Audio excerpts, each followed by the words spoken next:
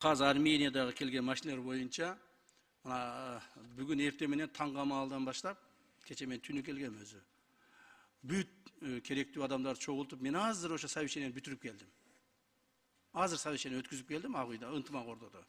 Таможня, УНА, баягы милиция, дагы кимдер бар эле. ГКМБ, погранслужба, бардыгын чогултуп, налоговыйды чогултуп ошо совещание өткүзүп келдим. Президентибиз да ушу тапшырманы берип атат. Армения, Абхазиядан келген машиналарды бир жыйынтыктагылачы бир. Ушулар боюнча бир чечим кабыл алгылачы депчи. Бирок мен бүгүн совещание өткүзгөндө көп нерседен кабардар болдум да, сизге айтып коеюн ушуну. Ушул трибунадан. 15 миңдей машина экен. Булардын бардыгы мыйзамсыз келген машиналар. Запчас менен алып келишкен. Башы бир машиненики, ортосу бир машиненики, аягы башка машиненики. Келген машиналардын 90% документи жок. Каяктан алып келди ал машинени? Кимден алып келди? Кимдин машинеси? Такыр эме жок. Легалдаштыруу кылабыз деп биз наоборот криминалдаштыруу кылып алышыбыз мүмкүн. Так.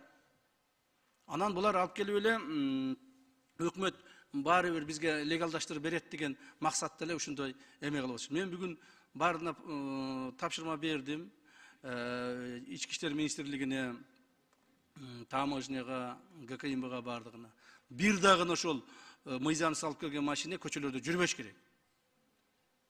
Себеби ошол көчөлөрдө жүрүп, адамдарды ташып, такси болуп, канчалаган адамдардын өмүрүн алып атат. Канчалаган адамдардын ден соолугуна зыян келтирип атат. Инвалид болуп калып атат. Мына бүгүн МВД отчетун берди ошол жерде, мен укканда. Кыргызстанда болуп аткан авариялардын 3-төн 2-си оң рулдуу машиналардан болуп атыптыр. Көрдүңүздөрбү? Ошон үчүн буга шашпаш керек. Урматтуу Жанарбек Кубанычевич, так? Биз муну легалдаштырабыз. Бирок кантип? Биринчи этап, экинчи этап, үчүнчү этап кылып карайбыз. Биринчи этабында более-менее документи барларды карап чыгайлы деп атабыз. Кандай документиң бар? Көрсөтчү, алып келчи.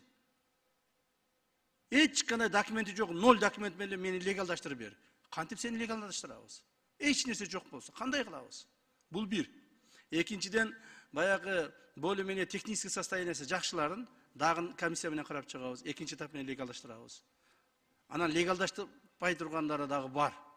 Аларды же тоок гана кылышат, же болбосо кайра алып чыгып кетишет, же аларды мен мыйзамды буза албайм. Легалдаштырбай турган ушундай машиналар бар. Таможняга айтсак, таможня айтат 5 миңден 12 миң долларга чейин растаможка төлөш керек деп атат. Макул, аны септеп кыскартайлы.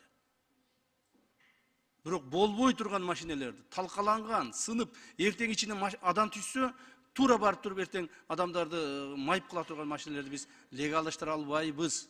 Муну ачык айтып коеюн. Коомчулук дагы уксун ошону. Андан сырткары, ошол 15 миң машинеси бар адамдар ар түрдүү баягы WhatsApp'тардан айтып, бири-бирине айтып, бизди укпай калат деп айтып атышат. Ай, чыгайлы, чогулайлы, митинг кыла коелу, тияк була кыла коелу. Давайте давление кылайлы деп. Не думайте даже. Так.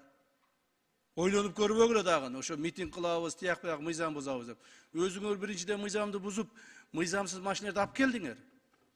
Эми мындан буяка дагы мыйзамды бузуп, мамлекетти мындай давление кылабыз дейсиңер. Бул туура эмес. Урматтуу депутаттар, сиздер да түшүндүрүп койгула ошолорго.